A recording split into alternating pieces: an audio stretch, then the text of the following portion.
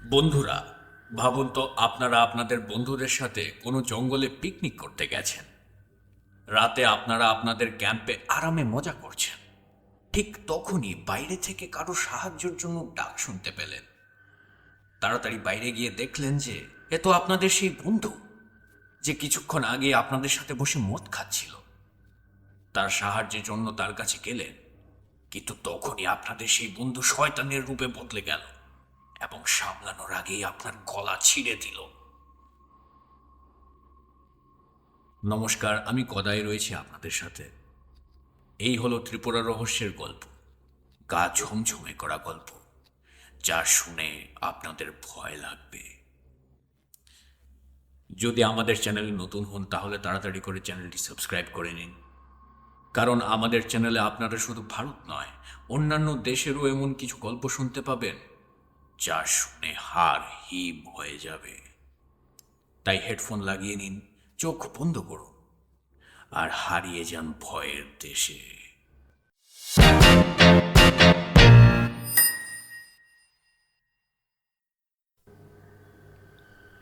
আমার নাম বিশাল বরুণ দত্ত। আমি আসামের বাসিন্দা। আজ আমি আপনাদের একটি সত্য ঘটনা সম্পর্কে বলতে যাচ্ছি। এই গল্পটি ঘটেছিল আমার বন্ধু রবিনের সাথে, যে আসামের গুয়াহাটি শহরে থাকে। ঘটনাটি এতই ভয়ঙ্কর যে যখন আমি এটি সম্পর্কে জানতে পারি আমিও হতবাক হয়ে গেছিলাম। তো ঘটনাটি ছিল এই রকম। এক রাতে রবিন তার স্ত্রীর সাথে তার এক বন্ধুর পার্টিতে যায়। পার্টিটি আয়োজন করা হয়েছিল শহরের এক নামকরা রেস্টুরেন্ট কাম বারে। সেদিন ছিল শনিবার রাত। পার্টিতে পৌঁছে তারা ড্রিঙ্কস ইত্যাদি করতে শুরু করে এবং তারপর খাবার খেয়ে বাড়ি ফিরতে শুরু করে। এখন পর্যন্ত সবকিছু ঠিকঠাকই ছিল, কিন্তু বাড়ি পৌঁছানোর সাথে সাথেই রবিনের মনে পড়ে যে তার জ্যাকেটটি রেস্টুরেন্টেই রয়ে গেছে। সে তার স্ত্রীকে বলে যে সে তার জ্যাকেটটি রেস্টুরেন্টে ফেলে এসেছে। রবিন বলে, আমি ফিরে গিয়ে আমার জ্যাকেটটি নিয়ে আসি, কারণ জ্যাকেটের মধ্যে তার ওয়ালেটটাও রাখা ছিল। কিন্তু তার স্ত্রী তাকে নিষেধ করে, বলে, রাত অনেক হয়েছে, এই সময় বাইরে যাওয়া ঠিক নয়, তুমি কাল সকালে নিয়ে এসো। তাছাড়া সেখানে সবাই তোমার পরিচিত লোক, তারা তোমার জ্যাকেটটি সামলে রাখবে। কিন্তু রবিন কিছুতেই মানতে রাজি ছিল না এবং প্রায় 11টা সাড়ে 11টার দিকে সে তার স্কুটার নিয়ে রেস্টুরেন্টের দিকে রওনা দেয়। কিছুক্ষণ পর সে রেস্টুরেন্টে পৌঁছায়। তখন দেখে যে তার জ্যাকেটটি একটি চেয়ারে ঝোলানো ছিল। সে সবাইকে ধন্যবাদ জানায় এবং তাড়াতাড়ি তার জ্যাকেটটি তুলে সেখান থেকে বের হতে যায়।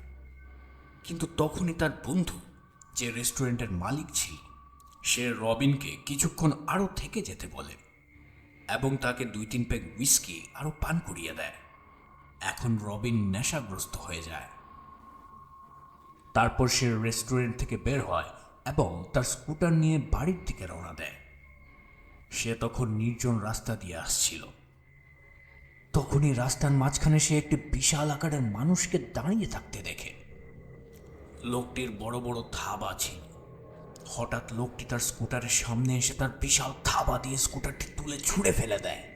রবিন জানায় যে তার থাবা এতটাই বড় ছিল যে যে কোনো বড় গাড়িকে সে সহজেই দুমড়ে মুচড়ে দিতে পারত। সে যাই হোক না কেন, হালকের চেয়ে কম ছিল না। তার থাবা এত জোরে স্কুটারের সাথে ধাক্কা মারে যে স্কুটারের সামনের চাকা পুরো হেডলাইট সহ বাঁকা হয়ে যায়। রবিন সেখান থেকে কয়েক ফুট দূরে ছিটকে পড়ে। কিছুক্ষণ পর যখন রবিনের জ্ঞান ফেরে, তখন সে দেখে যে তার স্কুটারটি তার থেকে কয়েক ফুট দূরে পড়ে আছে। রাস্তায় স্ট্রিট লাইট লাগানো ছিল, কিন্তু সেগুলো সবই ফিউজ হয়ে গিয়েছিল, যার কারণে পুরো রাস্তাটি অন্ধকার হয়ে যায়। রবিন এত জোরে ধাক্কা খেয়েছিল যে তার জুতোর ফিতেগুলো সব খুলে গিয়েছিল। প্রথমে সে কিছুই বুঝতে পারছিল না যে হঠাৎ তার সাথে এটা কি হলো। রবিনের নেশা পুরোপুরি কেটে গিয়েছিল। জ্ঞান ফেরার পর সে তার ফোনের টর্চ জ্বালিয়ে এদিক ওদিক দেখতে থাকে এবং দেখে যে তার স্কুটারটি অনেক দূরে পড়ে আছে। তারপর সে তার জুতো খুঁজতে শুরু করে এবং কিছুটা দূরে তার একটা জুতো পড়ে থাকতে দেখে। অন্য জুতোটি কোথাও খুঁজে পায়নি। তখনই রবিনের মোবাইলে একটি কল আসে।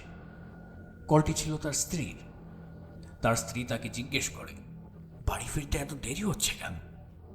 কিন্তু রবিন তার স্ত্রীকে কিছু জানায়নি, শুধু বলে যে আমি আসছি, এবং এই বলে ফোন কেটে দেয়।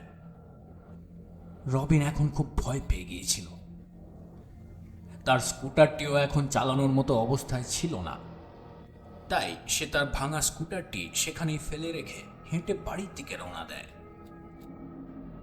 কিছুক্ষণ হাঁটার পর সে তার অন্য জুতোটিও সেখানে পড়ে থাকতে দেখে। এটি দেখে সে খুব অবাক হয়ে যায়, কারণ জুতোটি দুর্ঘটনার স্থান থেকে অনেক দূরে পড়েছিল। রবিন মনে মনে ভাবতে থাকে যে জুতোটি দুর্ঘটনার স্থান থেকে এত দূরে এলো কিভাবে। তারপর সে কোনো রকম তার বাড়িতে পৌঁছায় এবং তার স্ত্রীকে পুরো ঘটনাটি জানায়। পরের দিন আবার রবিন সেই দুর্ঘটনার স্থানে পৌঁছয় এবং দেখে যে কেউ তার স্কুটারটি রাস্তার পাশে রেখে দিয়েছে। তারপর সে তার স্কুটারটি নিয়ে কাছের একটি গ্যারেজে যায়। সেখানে গিয়ে রবিন গ্যারেজের মেকানিককে রাতের পুরো ঘটনাটি জানায়। মেকানিক তাকে যা বলে তা শুনে রবিনের হুঁশ উড়ে যায়। মেকানিক জানায় যে আসলে ওই রাস্তায় একটি জিন থাকে। ওই রাস্তা দিয়ে আসা অনেক লোক সেই জিনের মুখোমুখি হয়েছে। ওই রাস্তার স্ট্রিট লাইটগুলো অনেকবার পরিবর্তন করা হয়েছে, কিন্তু প্রতিবার লাইট লাগানোর সাথে সাথেই বিস্ফোরণের শব্দে উড়ে যায়। তাই রাস্তার ওই অংশে সবসময় অন্ধকার থাকে। প্রায় গভীর রাতে যেই একা ওই রাস্তা দিয়ে আসে, জিন তাকে শিকার করে।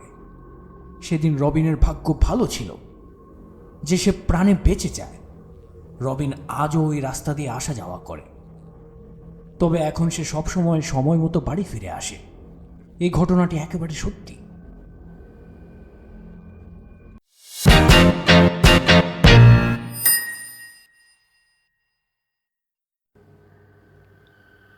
আমার নাম টিনা। আমি আসামের বারপেটা রোডে থাকি। আজ আমি আপনাদের কিছু সত্য ঘটনা বলতে যাচ্ছি। আমাদের বাড়ির কাছে একটি জমি আছে এবং সেই জমির পাশেই পেকি নদী বয়ে গেছে। একবার এমন হয়েছিল যে সেই জমিতে কিছু জেলে থাকতো এবং তারা সবাই কাছের পেকি নদীতে মাছ ধরতে যেত। একদিন এক জেলে নদীতে মাছ ধরতে গিয়েছিল। সেদিন সে যেখানে বসে মাছ ধরছিল সেখানে কাছেই একটি বাঁশের জঙ্গল ছিল। অনেক লোক সেই বাঁশের জঙ্গলে অদ্ভুত অদ্ভুত জিনিস দেখেছে। যেমন কখনো কোনো কুকুর দেখা যেত যা হঠাৎ বেড়ালে পরিণত হতো, আবার কখনো হঠাৎ জঙ্গলের ভেতর থেকে খুব দুর্গন্ধ ছড়াতে শুরু করত। এরকম আরো অনেক অদ্ভুত জিনিস সেখানে ঘটত। সেদিন যখন জেলেটি সেখানে মাছ ধরছিল তখন সন্ধ্যায় তার স্ত্রী ও মেয়ে সেখানে আসে। তারা তাকে বলে, চলো, এখন অন্ধকার হয়ে আসছে, এখন বাড়ি যাই। কিন্তু জেলেটি বলে, না, আজ অনেক মাছ পাওয়া যাচ্ছে, তোমরা দুজন যাও, আমি কিছুক্ষণ পরে আসছি। তারা দুজনে সেখান থেকে চলে যায়। কিন্তু এরপর অনেকক্ষণ পরেও জেলেটি বাড়ি ফেরেনি। রাত হয়ে যায়। তার স্ত্রী ভাবে যে হয়তো সে অন্য জেলেদের সাথে দেখা করতে গেছে, তাই হয়তো নদীর অন্য পাড়ে চলে গেছে। কিন্তু যখন জেলেটি সকাল পর্যন্ত বাড়ি ফেরেনি তখন তার স্ত্রী তাকে সেই জায়গায় খুঁজতে যায় যেখানে সে আগে মাছ ধরছিল। সে সেখানে পৌঁছে দেখে জেলেটি সেখানে মাটিতে অর্ধেক ডুবে আছে। তার মুখ ও নাক পুরো মাটিতে লেগে আছে এবং তার মৃত্যু হয়েছে। দেখে মনে হচ্ছিল যেন কেউ তাকে কাঁদায় ডুবিয়ে মেরে ফেলেছে।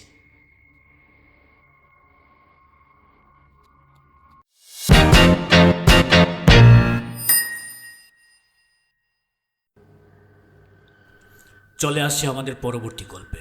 এই গল্পটি যা আমি আপনাদের বলতে যাচ্ছি সেটি আমাকে আমার এক বান্ধবী বলেছে।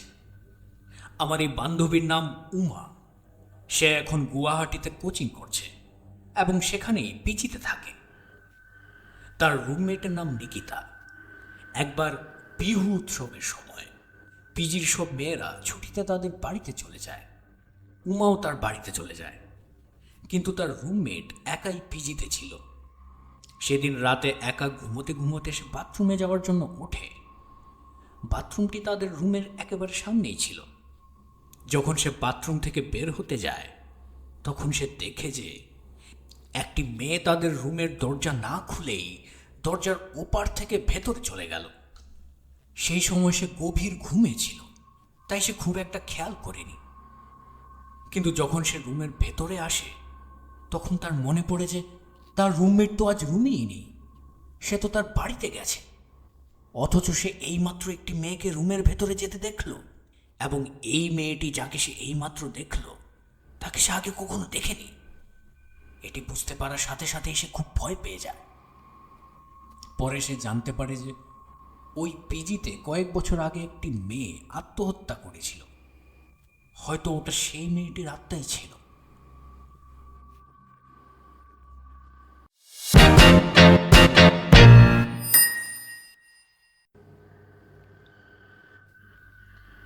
পরের গল্পটি যা আমি আপনাদের বলতে যাচ্ছি, সেটি আমাকে আমার এক বান্ধবী বর্ণালী বলেছে।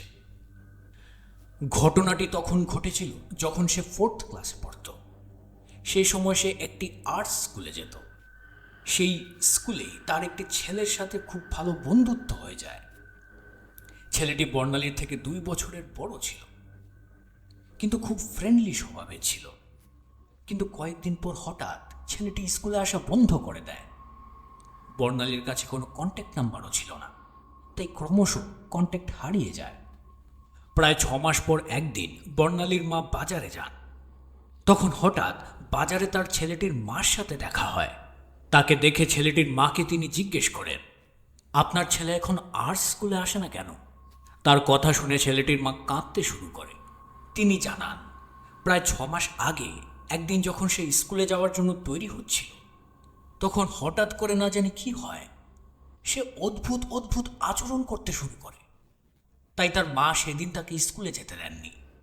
কিন্তু পরের দিন সে আবার একই রকম আচরণ করতে শুরু করে। ধীরে ধীরে এটি তার অভ্যেসে পরিণত হয়। সে প্রতিদিন সকালে স্কুলে যাওয়ার সময় এমন আচরণ করত।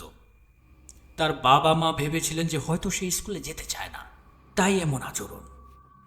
একদিন তার বাবা তাকে জোর করে ধরে স্কুলে নিয়ে যান, কিন্তু স্কুলে যাওয়ার সাথে সাথেই ছেলেটি অজ্ঞান হয়ে যায়। তারা তাকে তাড়াতাড়ি ডাক্তারের কাছে নিয়ে যায়।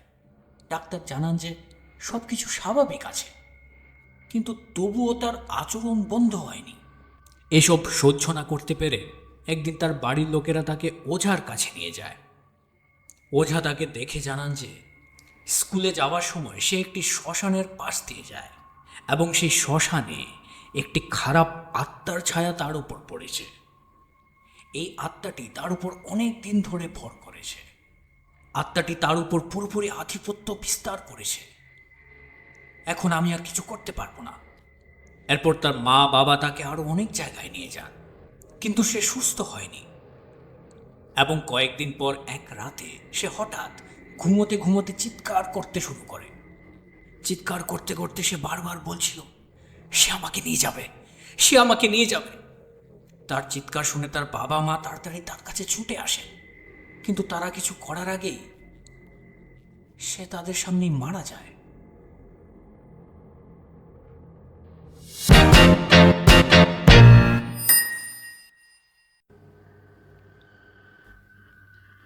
আমার নাম অজয়। আমি মুম্বাইয়ের মীরা রোডে থাকি। আমি যে গল্পটি আপনাদের শোনাতে যাচ্ছি সেটি 2022 সালের ঘটনা। হয়েছিল এমন, আমি আমার পরিবারের সবাই সাথে শিরডিতে সাই বাবার দর্শন করতে যাচ্ছিলাম। আমাদের দর্শন রামনবমীর দিন হওয়ার কথা ছিল, তাই আমরা সবাই রাত 8টায় মুম্বাই থেকে রওনা দিই। আমাদের পরের দিন সকালে শিরডি পৌঁছানোর কথা। আমাদের সাথে পরিবারের সবাই ছিল, তাই আমরা একটি এক্সট্রা গাড়িও বুক করি। এছাড়াও আমাদের একটি i20 এবং ক্রেটা গাড়িও আছে। আমি, দিদি, জামাইবাবু ও তাদের 2 সন্তানের সাথে ক্রেটা গাড়িতে বসেছিলাম। গাড়িতে বসতে বসতে আমার চোখ লেগে যায়। এর মধ্যে প্রায় 2:30টার দিকে হঠাৎ আমার চোখ খুলে যায়। সেই সময় আমাদের গাড়ি কাসারাঘাটের আঁকাবাঁকা পাহাড়ি রাস্তা দিয়ে যাচ্ছিল। আমাদের গাড়ির গতি প্রায় 120 কিলোমিটার প্রতি ঘন্টা। কিন্তু তখনই হঠাৎ একজন লোক আমাদের গাড়ির সামনের রাস্তা পার হয়। এটি 1 সেকেন্ডের ভগ্নাংশে ঘটেছিল। লোকটি একেবারে সাদা ছিল এবং তার পোশাক এমন ছিল যেন গলিও কি রাসলীলা রামলীলা সিনেমায় রণবীর সিং যেমন পোশাক পরে একেবারে ঠিক তেমনি ধুতি এবং পাগড়ি পরা লোক। আমি তাড়াতাড়ি গাড়ির চারপাশে দেখি জামাইবাবু এবং দিদি ঘুমোচ্ছিলেন, কিন্তু যখন আমি ড্রাইভারের দিকে তাকাই তখন আমি দেখতে পাই সে খুব ভয় পেয়েছে, তার চোখ বড় বড় হয়ে আছে। আমি বুঝতে পারি যে সেও তাকে দেখেছে, কিন্তু আমি তখন তাকে কিছু জিজ্ঞাসা করা ঠিক মনে করিনি। এর কয়েকদিন পর আমাদের সেই ক্রেটা গাড়িটি আমার কাকা ও কাকিমা তিরুপতি বালাজি দর্শনের জন্য নিয়ে যান, কিন্তু ফেরার পথে তাদের দুর্ঘটনা ঘটে। মুম্বাই পুনে হাইওয়েতে খুব ভয়ানক দুর্ঘটনা ঘটেছিল। গাড়িটি 4 বার উল্টে ডিভাইডারের সাথে ধাক্কা মারে, কিন্তু সিট বেল্ট পরার কারণে আমার কাকা ও কাকিমা প্রাণে বেঁচে যান, কিন্তু গাড়িটি একটি টিনের বাক্সের মতো দুমড়ে মুচড়ে গিয়েছিল।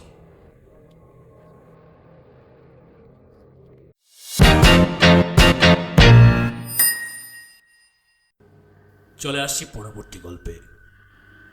আমার নাম প্রিয়া। আমি আসামের কোকরাঝাড় ডিস্ট্রিক্টের বাসিন্দা। আজ আমি আপনাদের আমার সাথে ঘটে যাওয়া একটি সত্যি ভৌতিক ঘটনা শেয়ার করছি। তখন আমি খুব ছোট ছিলাম। একবার আমি আমার দাদুর বাড়ি যাই। আমার দাদু কাছের একটি গ্রামেই থাকতেন। সেদিন রাতে আমি আমার বাবার সাথে আমাদের বাড়ি ফিরছিলাম, কারণ পরের দিন বাবার অফিসে যেতে হতো এবং আমারও স্কুলে যাওয়া খুব জরুরি ছিল। তখন আমার বয়স ছিল মাত্র 7 কি 8 বছর হবে। রাতে বাবা আমাকে নিয়ে সেখান থেকে রওনা দেন। গ্রাম থেকে মূল রাস্তায় পৌঁছানোর জন্য মাঝখানে অনেক খালি জমি ছিল এবং সেই সময় স্ট্রিট লাইটও ছিল না। আমরা যখন নির্জন রাস্তা দিয়ে আসছিলাম তখন হঠাৎ সামনের একটি গাছের দিকে আমার নজর যায়। আমি সেই গাছের উপরে অদ্ভুত কিছু জ্বলজ্বল করতে দেখি। তখন রাত প্রায় 12:30 বাজে। আমরা যতই এগিয়ে যাচ্ছিলাম আমি প্রতিটি গাছে সেই অদ্ভুত আলো দেখতে পাচ্ছিলাম। আমি বাবাকে সেই কথা জানাই। বাবাও সেই জিনিসটি দেখেন, কিন্তু দেখার সাথে সাথেই বাবা আমাকে চুপচাপ চোখ বন্ধ করে বসে থাকতে বলেন এবং খুব দ্রুত সাইকেল চালাতে শুরু করেন। তিনি গতি বাড়ানোর সাথে সাথেই আমি রাস্তা থেকে অদ্ভুত অদ্ভুত আওয়াজ শুনতে শুরু করি, কিন্তু সেই বিকৃত আওয়াজগুলো শুধু আমিই শুনতে পাচ্ছিলাম, বাবা শুনতে পাচ্ছিলেন না। মনে হচ্ছিল কেউ যেন আমার নাম ধরে ডাকছে। কোনো রকমে আমরা নিরাপদে আমাদের বাড়ি পৌঁছই, কিন্তু বাড়ি পৌঁছানোর সাথে সাথে আমার জ্বর এসে যায়। 3 দিন খুব জ্বরে ভুগি। রাতে খারাপ খারাপ স্বপ্ন দেখতাম। আমাদের এলাকায় পাশেই একজন ওঝা থাকে যে ভূত প্রেত তাড়ানোর কাজ করে। আমাকে তার কাছে নিয়ে যাওয়া হয়। সে আমাকে ঝাড়ফুঁক করে এবং কিছুদিন পর আমার শরীর ঠিক হয়, কিন্তু আজও আমার প্রায়ই স্লিপ প্যারালাইসিস হয়। তাই এখন আমি হনুমানজির পূজা করি।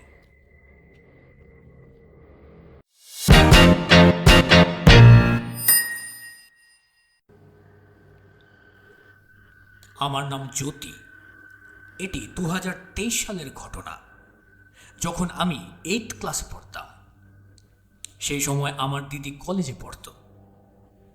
একদিন যখন সে বাড়ি আসে তখন সে আমাকে একটি ছোট শিবলিঙ্গ দেয়। দেখে মনে হচ্ছিল শিবলিঙ্গটি বিসর্জন দেওয়া হয়েছে।